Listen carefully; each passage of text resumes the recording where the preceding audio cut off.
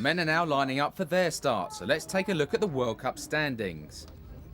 The top 3 Brits are only 2 points apart, but unfortunately Baker is out for the rest of the season with a broken collarbone. Meanwhile, Rune Højdahl, who first made his name on the World Cup circuit in downhilling, has had an unprecedented 5 wins this season and is now the man to beat in cross-country. With wins in round 5 and 8, Frischknecht is the only other rider to wear the World Cup leaders jersey this year. He has twice won the series before and has 3 World Championship silver medals. The reigning series champion though is Brent Jens. He also took bronze at the Worlds but has been unable to repeat his consistency of last year. However, he's just won the off-road Tour de France. Also struggling for form is the 3 times world champion and winner here last year, Henrik Janice. If he's again targeting the rainbow jersey, you can expect him to come to form about now. Back to Hugh Porter for the race. The men set off on their 5-lap race and the winner will be expected to complete the 61 kilometres in about 2.5 hours. First through the river crossing is the blue jersey of series leader Rune Højdahl, followed by Gary Ford and Thomas Frischknecht. And there's a large British contingent here who will be seizing this opportunity to compare themselves to the world's best. This is the first climb and it's essential to be near the front before hitting the technical sections. There's already a slight gap opening and in that front group is Ford and our national champion Barry Clark. But leading the charge down the pipeline is the Dane Michael Rasmussen. In his tyre tracks are Tinker Juarez and Højdahl with the whole field charging down. And there's Clark in his national championship jersey. And the dust is getting kicked up as the riders need here to be extra vigilant. John Tomac having to take evasive action to avoid a back wheel. The leaders are heading for the river before Dartmoor, and it's the Norwegian series leader who's again in front, which is how he's been riding for most of the season. Chasing hard at Juarez and the young Rasmussen as the field start to string out. Bart Brenchens is the reigning World Cup Series winner, and he's moved up to 5th. In fact, with Frischknecht having problems there, he's going to move up to 4th. Oh, but dear, oh dear, he's got that wrong, and the Swiss rider's not going to wait to see if he's okay. Apparently, Ford has already had to pull out after puncturing and damaging his front wheel. So leading the British challenge is Gould, currently 15th, just ahead of the rainbow jersey of world champion Henrik Janice. On Dartmoor now, Højdahl is still leading, though Juarez has rejoined him on the climb and they have now opened a slight gap on the Dane, but they're still within his sight. Frischknecht won't want that trio to get too far away, as he knows the only way he'll topple Højdahl in the series is if he can beat him today and in the Rome final, while Brenchens has recovered from his fall. Joining the race again on the second ascent of lap 2, and the leading 3 have come back together, and it's now Rasmussen who's setting the tempo at the front. Brenchens has managed to pass Frischknecht at the second time of asking, and now he's not hanging around for the 2 times winner of the series. Instead, he's setting off in pursuit of the leaders. Here is the composition of the present positions as another Dane, Jan Oostergaard, heads the next group, followed by his compatriot Lenny Christensen and the Costa Rican former road pro Andres Brenes.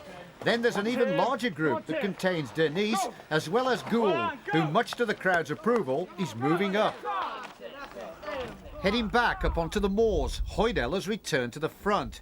He'll realise he's got a quality group with him and together they could stay away, which will increase his margin over his only challenger in the series, Frischknecht. And that group looks like we'll soon be joined by Brenchens, which will add extra strength, and the chances of staying away from the Swiss rider are improving.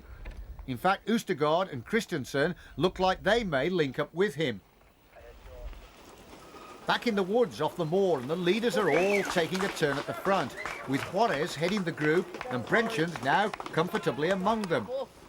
Frischknecht, who's one of the best technical riders, is managing to stay away from the chasing Danes on the single track. And those 3 are faster through here than Gould's group, which inevitably slows down on these sections.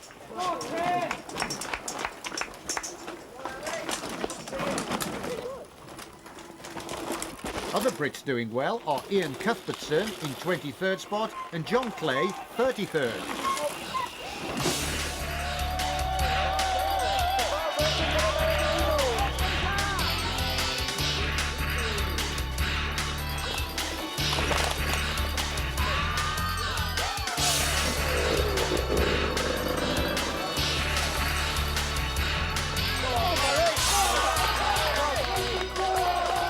The front of the race is now at Dragonfly Hill on the third lap, and Brenchens has upped the pace, which has split the group.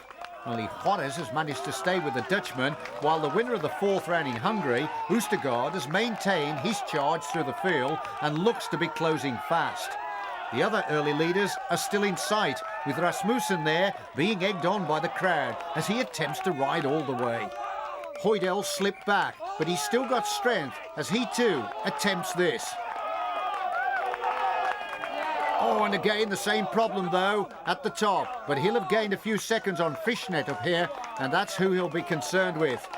Next through is Marcel Arndt with Gould now in 8th, right behind and also having a crack at this. Oh, well, he's got no choice. He had to dismount as well.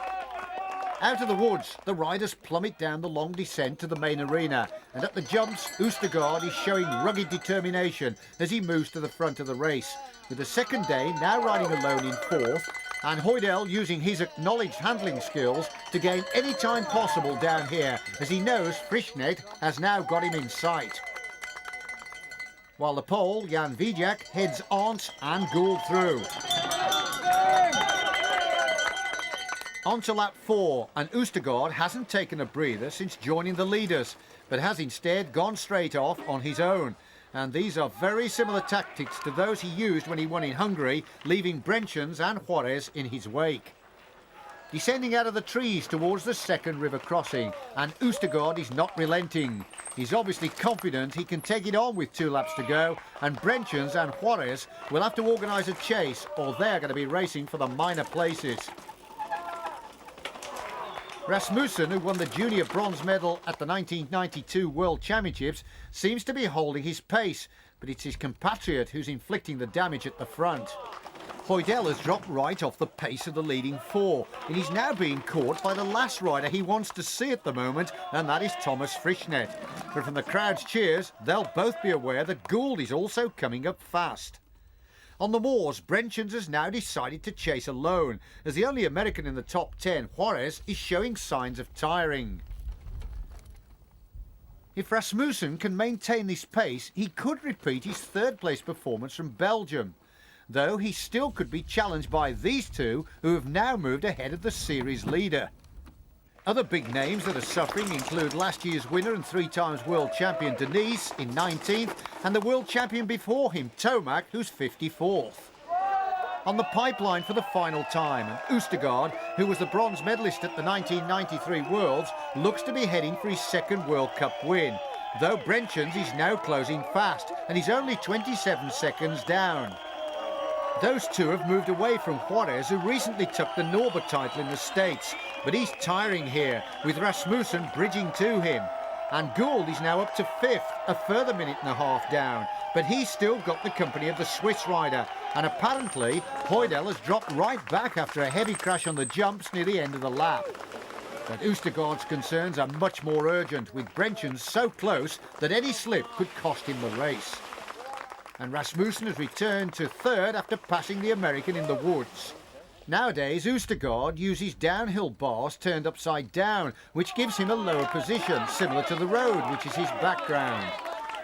Back at the river, Frischknecht and Gould have swapped places in the tussle for 5th.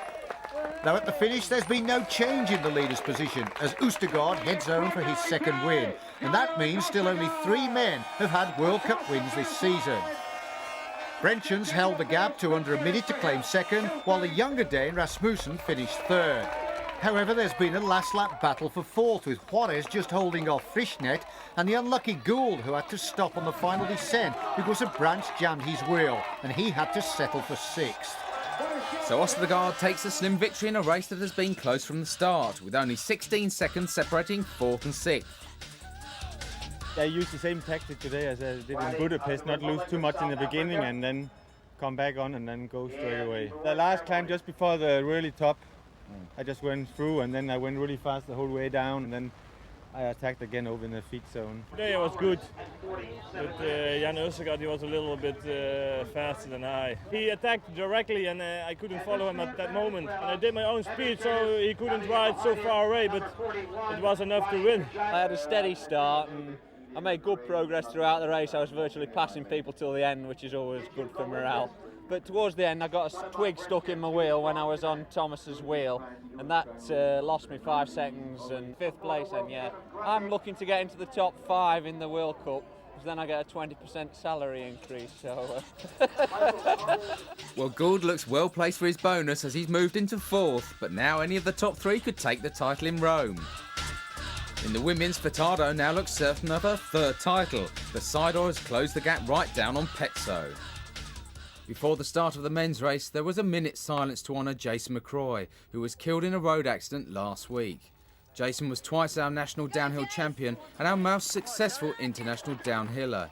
He was also a great entertainer, but his professionalism and fun-loving didn't end with his riding, as he was approachable wherever he was. Jason will be greatly missed both in and out of the sport.